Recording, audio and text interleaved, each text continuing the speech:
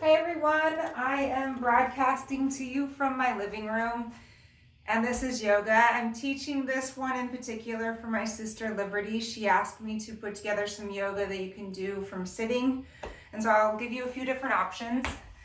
Find a comfortable seat, and to begin with, warm up your spine by doing trunk rotations. You can start with trunk rotations going in one direction, and they can be as big or as small as you like.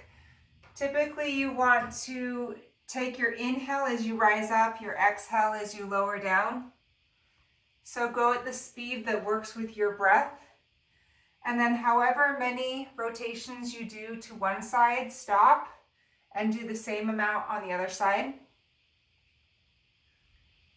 Trunk rotations are a great way to relax, to feel grounded, and just warm up that spine. The next seated position I have for you is seated cat-cow.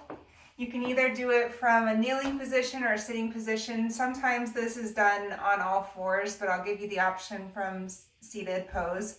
So for cat-cow, you can begin in cow by arching your back on an inhale, and then for an exhale, you're curving your spine like a Halloween cat. And you can just take a few of those at your own breath cycle.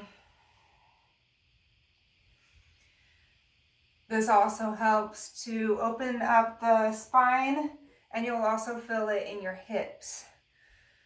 Your next option is a seated forward fold. Once you feel like your back is a little bit more flexible, you can raise your arms to the ceiling.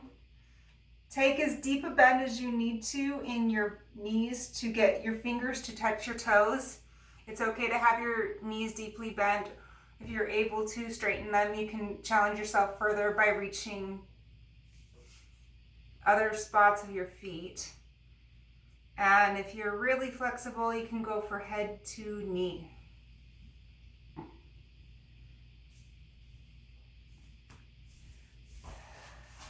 Another option is Supta Baddha Konasana. Your soles of your feet touch, and you bring your feet in as close to the pelvis as possible. And with this, you can rock side to side. You can feel the opening in your thighs.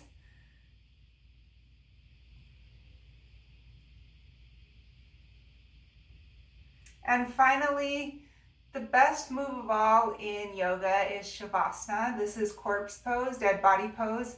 They say that each ending of yoga should have Shavasana, and it's at least 3 to 5 minutes. It helps you prepare for the death that happens every day in life. There's a theory in yoga that every exhale is a small death. And it helps you just sit with your mind with nothing to think of and nowhere to go. So for Shavasana, you lay down. I'll turn sideways for you. You lay down, you have your hips as wide as possible that feels comfortable, your hands down to your side and your eyes closed. And you want to just sit with it and breathe your normal breath, but don't move your body at all. And if a thought comes into your mind, just release it to wherever thoughts go and you don't want to think them anymore. And just take a moment of silence, a moment of stillness, a moment to just be. Also, I would like to share with you what I learned in yoga is the meaning of Namaste, and it varies from teacher to teacher, person to person, but what really resonated with me is something that I heard when I was going to Bikram in Utah at Brick Canvas, and Joanne would always end her sessions by saying, with Shavasana at a close, I honor the place in you in which the entire universe dwells. A place of light and truth, a place of love and integrity. When you are in that place in you, and I am in that place in me, together we are one. Namaste.